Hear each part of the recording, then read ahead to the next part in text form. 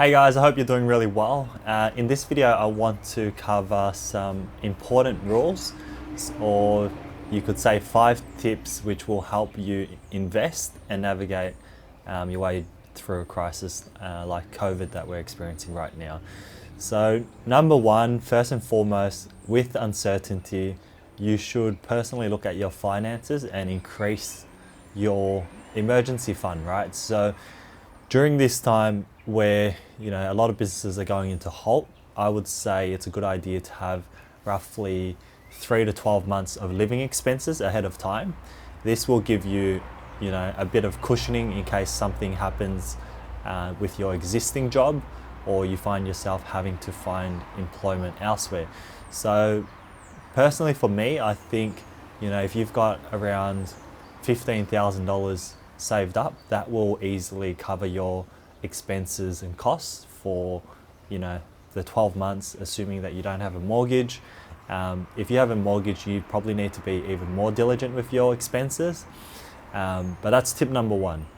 So tip number two, in more specifically with investments and trading, cash is king. So you've all obviously heard of that term before.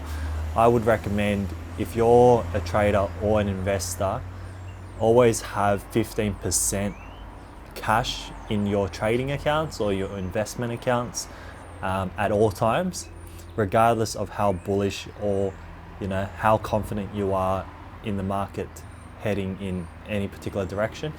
What it does, having 15% of cash actually gives you the flexibility again in terms of being able to buy any dips in a recovery, adding to positions when a trade starts going to your way and compounding that trade further.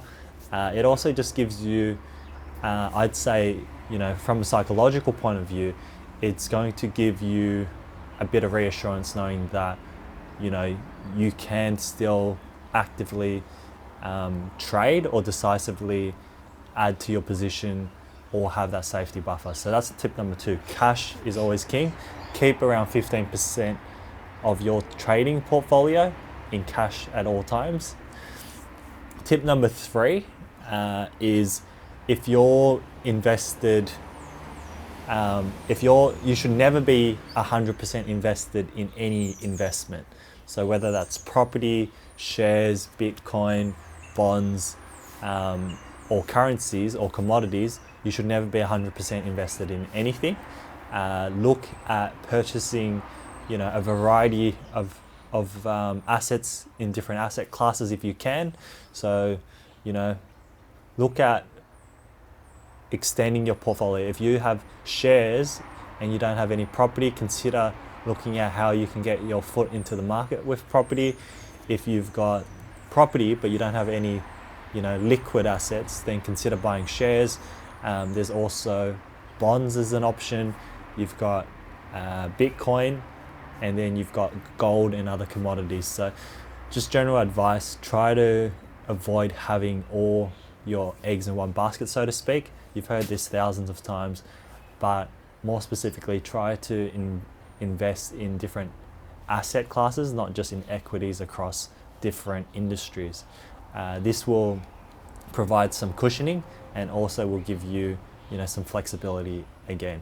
So in tip number four, so I guess on the similar sort of train of thinking, you don't want to invest in assets that are completely correlated. So for this reason, I think everyone should own a little bit of Bitcoin.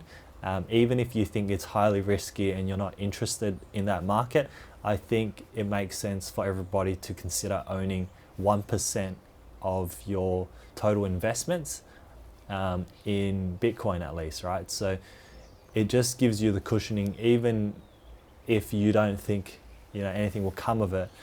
If it does happen to that speculative asset does decide to take off, you're going to have some cushioning against other markets because it's uncorrelated. So that's tip number four. Tip number five is more of a general one, and that's to actually have a financial plan. Consider risk management. So with risk management, you want to know that you're investing with a trading plan. You're back testing your ideas to see if your investments are profitable and whether it's sustainable, and you want to make good financial decisions now. So we're coming full circle back to my first point about, increasing your emergency fund to have 3 to 12 months of expenses. So that's good, decision making now, especially if you do have some security and you do still have your full-time hours and you still have your jobs. If you're in that situation, you want to secure some extra security during this uncertain time. Most businesses don't know what's going to happen in the next couple months, let alone 6 months out.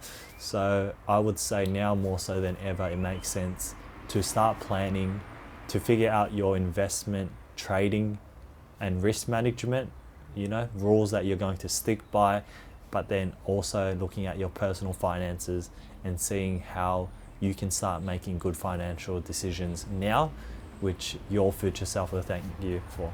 I hope you guys liked this video. Give it a thumbs up. Make sure if you've got any other sort of tips that you think are good investment rules that you guys live by, or any advice that you've heard that has resonated or stuck with you, I'd love to hear some of your thoughts in the comments, and I would love just to open the forum to some good rules and habits around this area. Okay guys, I'll catch you guys in the next video. Peace.